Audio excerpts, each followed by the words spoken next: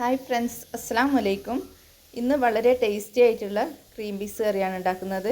ഇത് നമുക്ക് അപ്പത്തിൻ്റെ കൂടെയും ചപ്പാത്തിൻ്റെ കൂടെയൊക്കെ നല്ല ടേസ്റ്റി ആയിട്ടുള്ള കറിയാണ്. എളുപ്പത്തിൽ ഉണ്ടാക്കിയെടുക്കാൻ പറ്റും. ഇതിന് വേണ്ടിയിട്ട് ഞാൻ 1 കപ്പ് ഉണക്ക ക്രീം പീസ് എടുത്തിട്ടുണ്ട്. അത് നമുക്ക് കുതിർത്തി വെക്കണം. നിങ്ങൾക്ക് എത്രയാണോ ആവശ്യം അതിനനുസരിച്ചിട്ട് എടുത്താൽ മതി. നിങ്ങൾ രാവിലെയാണ് ഉണ്ടാക്കുന്നതെങ്കിൽ രാത്രി കുതിർത്തി വെക്കുക. ഞാനിപ്പോൾ രാവിലെ ഉണ്ടാക്കാൻ വേണ്ടിയിട്ട് രാത്രിയാണ് കുതിർത്തി വെക്കുന്നത്.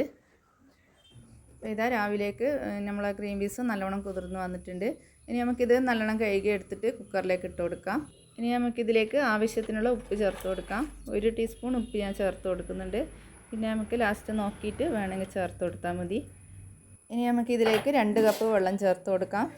2 കപ്പിൽ കുറഞ്ഞു പോകണ്ട, 1/2 കപ്പ് വെള്ളം കൂടിയാൽ പ്രശ്നമില്ല. ഇനി നമുക്ക് കുക്കർ അടച്ച് വെച്ചിട്ട് ഹൈ ഫ്ലെയിമിൽ വെക്കുക. എന്നിട്ട് 1 വിസിൽ വന്നതിന് ശേഷം മീഡിയം ഫ്ലെയിമിൽ 4 വിസിൽ വരുന്നത് വരെ വേവിച്ചെടുക്കണം. എയർ പോയതിന് ശേഷം മാത്രം തുറന്ന് നോക്കിയാൽ മതി. അങ്ങനെ 5 വിസിൽ വരുന്നത് വരെ വേവിച്ചെടുക്കണം കേട്ടോ. ഇപ്പോൾ 1 വിസിൽ അടിഞ്ഞിട്ടുണ്ട്.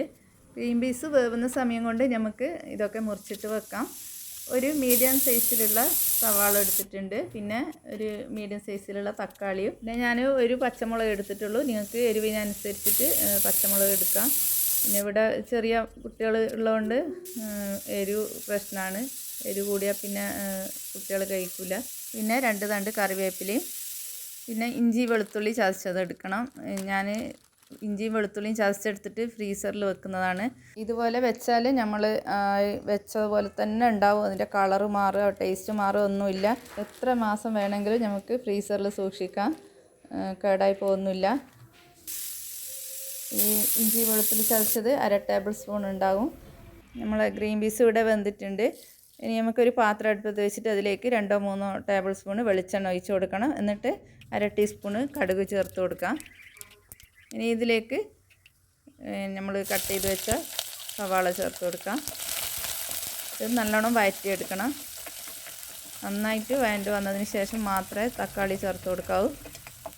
സവാളൻ്റെ കൂടെ കുറച്ച് കറിവേപ്പില ചേർത്ത് കൊടുത്തിട്ട് ഒന്ന് മൊരിഞ്ഞ് വന്നാൽ നല്ല ടേസ്റ്റ് ഉണ്ടാവും. ഇപ്പോൾ നമ്മളെ സവാള നല്ലോണം വഴണ്ട് വന്നിട്ടുണ്ട്. ഇനി ഇതിലേക്ക് തക്കാളിയും പച്ചമുളകും കറിവേപ്പിലയൊക്കെ ചേർത്ത് കൊടുക്കാം. ഇഞ്ചി വെളുത്തുള്ളി ചതച്ചതും ചേർത്ത് കൊടുത്തിട്ടുണ്ട്.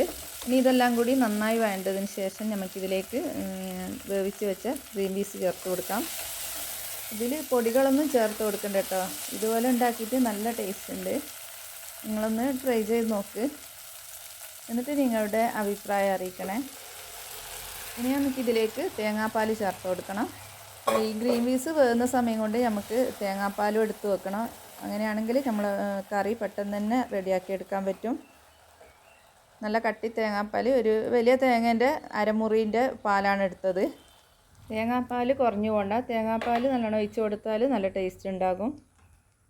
ഇനി ഇത് നല്ലോണം ഒന്ന് തിളച്ച് വരട്ടെ. നല്ലോണം തിളച്ച് വന്നതിന് ശേഷം നമുക്ക് ഫ്ലെയിം ഓഫ് ചെയ്യാം. ഗ്രീൻ പീസ് കറി ആയതുകൊണ്ട് ചൂടാറുമ്പം കുറച്ചും കൂടി കട്ടിയാവും.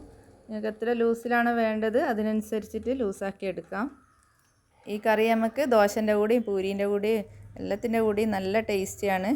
അപ്പോൾ ഇന്നത്തെ വീഡിയോ നിങ്ങൾക്ക് എല്ലാവർക്കും ഇഷ്ടപ്പെട്ട് കാണുമെന്ന് വിചാരിക്കുന്നു. ഇഷ്ടപ്പെട്ടിട്ടുണ്ടെങ്കിൽ ലൈക്ക് ചെയ്യണേ. അതുപോലെ ചാനൽ സബ്സ്ക്രൈബ് ചെയ്യാത്തവരുണ്ടെങ്കിൽ ഒന്ന് സബ്സ്ക്രൈബ് ചെയ്ത് സപ്പോർട്ട് ചെയ്യാൻ മറക്കരുത്.